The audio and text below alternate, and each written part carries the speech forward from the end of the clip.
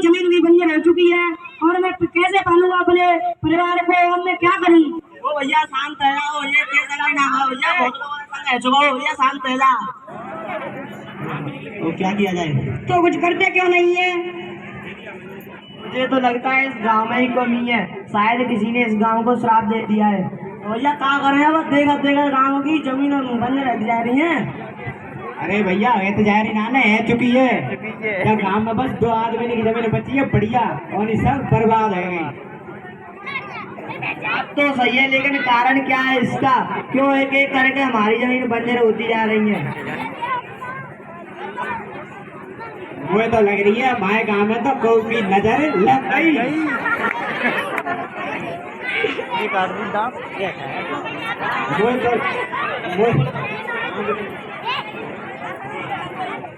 मैं तो कहता हूँ कि गांव को छोड़ देते हैं, चलते हैं कहीं और। जो बाबू, अरे भैया तू कैसी बात कर रहा है?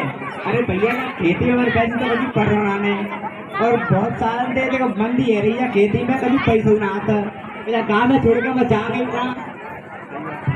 और हमने बैंक का भी लोन ले रखा है, उसको कौन चुकाएगा?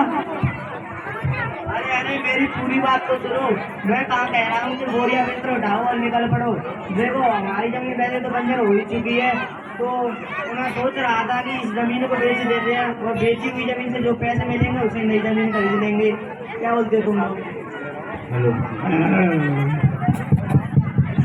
इस देश के निवासियों मेरी विनती सुनो, मैं बहुत तकलीफ में हूँ, मुझे बहुत दर्द हो रहा है, मेरी मदद करो।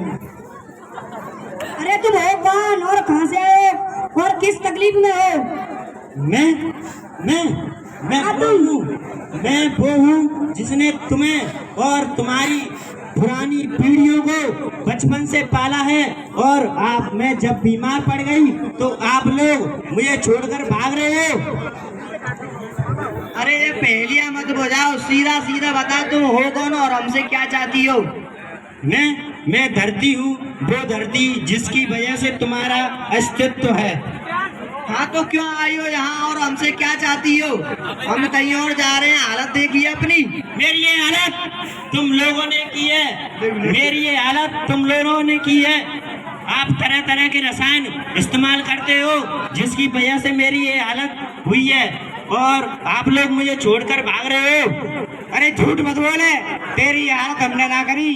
अरे तू खुद ही इतनी गंदी हो चुकी हो कि हम यहाँ से भागने के लिए मजबूर हो गए हैं। ये मत जाती ही रहेंगे और मोड़ी मोड़ा और भूखे मत जाएंगे। क्या तो बढ़िया तुम्हें कल है।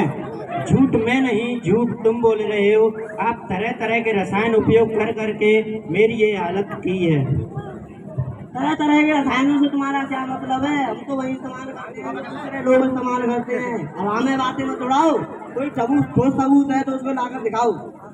पता है भारत की अर्थव्यवस्था में कृषि का कितना योगदान है? हाँ वो हाँ सही बात। 67%। भारत की जनसंख्या का 67%, भारत की जनसंख्या का 67% अपनी कमाई 67% सिर्फ कृषि से करता है। और आप जिन रसायनों का उपयोग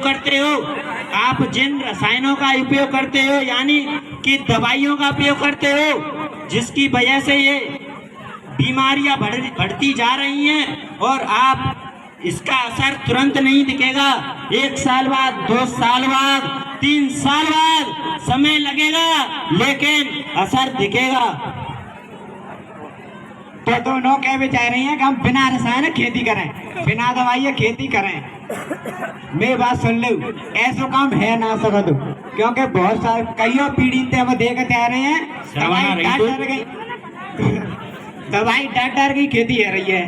श्रवण आ रही, मुझे तो शर्म आ रही, तो शर्म आ रही है करना बताए पहले। और नो बताए थे दवाई बिगड़ जा रही है, खेत में जो कीड़ा लग जाता है सही कैसे होंगे, टीम लग जाता तो नुकसान होगी, और जो नुकसान हो दवाई से सही होता है, और जो दवाई से कभी नुकसान ना हो तो हमारे फायदा ही होते हैं, फसल दुगनी हो जाते। नुकसान होता है, क्या होता है? नुकसान होता है। अगर अभी नहीं तो 1980 से 1920, 1980 से 1990 के बीच हुए पंजाब में कीटनाशक प्रदूषक के बारे में पढ़ो। अगर उस पर भी यकीन ना आए, अगर उस पर भी यकीन ना आए तो 2011 में हुए केरल में हुए एंडोसल्फान त्रासदी के बारे में पढ़ो। मेरे पास ऐसे कई सारे उदाहरण हैं, उदाहरणों का भंडारण है। और आप जिन रसायनों का उपयोग करते हो जिसकी वजह से जमीन बंजर होती जा रही है। तो न बताया था पहले। अब जो बेगत दवाई खेती कर भी कह रहे हैं तो बेगत दवाई खेती कैसे करेंगे? अब बेगत दवाई तो कचू ना है रो। तुम्हें क्या लगता है कि जब से खेती की शुरुआत हुई है, तुम्हें क्या लगता है कि जब से खेती की शुरुआत हुई है, जब से ये रसायनों का उपयोग हुआ है, क्या बिना रसायनों की खेती नहीं होती थी? अब हमें तो यही तरीका पता है, कोई और तरीका तो हमें किसी ने बताया नहीं। आप यही गलती करते हो तुम लोग, यही गलती करते हो तुम लोग। वेदों में वैदिक कृषि के बारे में, वेदों में वैदिक कृषि के बारे में विस्तार से लिखा हुआ है। उसमें अच्छे से बताया गया है कि पुराने समय में लोग कृषि कैसे करते थे और फसल अच्छी होती थी। बृहदारण्यक उपनिषद में 12 तरह की फसलों का जिक्र किया गया है। वो है मूंग, मसूर, धान, जौ, तिलमासा, खालवा, प्रेंगू, अनु, निवारा और गोधमा। इन सबको उगाने व सहेजने के अलग अलग तरीकों में इनका व्याख्यान किया गया है। अरे तो फसल तो तुम्हें बता दे, अरे फसल करें कैसे जो तो बताए तरीका। उपज क्षमता बढ़ाने के लिए, उपज क्षमता बढ़ाने के लिए पहले गाय के गोबर का उपयोग करते थे और अब इन रसायनों का उपयोग करते हैं। आप गाय के गोबर का उपयोग करो, यानी देसी खाद जो गोबर से बनाया जाता है उसको यानी खेतों में डालो, और जिसकी वजह से आपकी जमीन बिल्कुल वही पहली सी हो जाएगी। अरे तो क्या करें, खेतर में तार मुड्ढी कर दी है, गैया जाए ना पाए रही, गोर करना पाए नहीं, तो क्या होगा? अरे तो तभी मेरी दादी कहती थी कि बेटे तुम्हारे दादाजी बिना रसायनों के खेती करते थे तो अनाज बहुत बढ़िया होता था।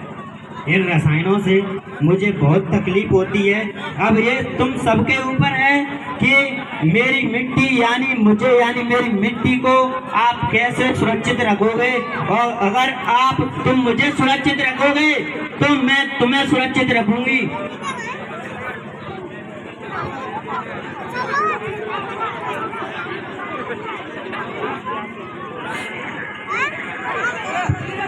सभी भैया से निवेदन है कि देसी खाद और गोबर का उपयोग ज्यादा से ज्यादा करें, उर्वरक और प्रदूषण दवाइयों का उपयोग कम करें। बात यहाँ सिर्फ खेती के रसायनों के इस्तेमाल की नहीं, बल्कि इस सृष्टि से हो रहे कई बात यहाँ सिर्फ खेती के रसायनों की नहीं, बड़ी बड़ी फैक्ट्रियां खुले मैदानों में अपना कारखाने का गंदा पानी छोड़ देती हैं, जिसकी वजह से नदियों में और तापमान की वजह से ऊपर जाता है और वो बादल बन जाते हैं, बादल के रूप में बन जाते हैं और वो फिर बरस के और जब हवा भी प्रदूषित होती है और ऊपर की तरफ देखें तो सिर्फ काले बादल ही दिखाई देते हैं। और मेरा कहना है कि अब इस कृषि में ज्यादा से ज्यादा गोबर डालें और कृषि विभाग से जानकारी ले, नहीं तो आने वाली पीढ़ियों के लिए कुछ भी नहीं बचेगा, कुछ भी नहीं। जय हिंद, जय भारत, भारत माता।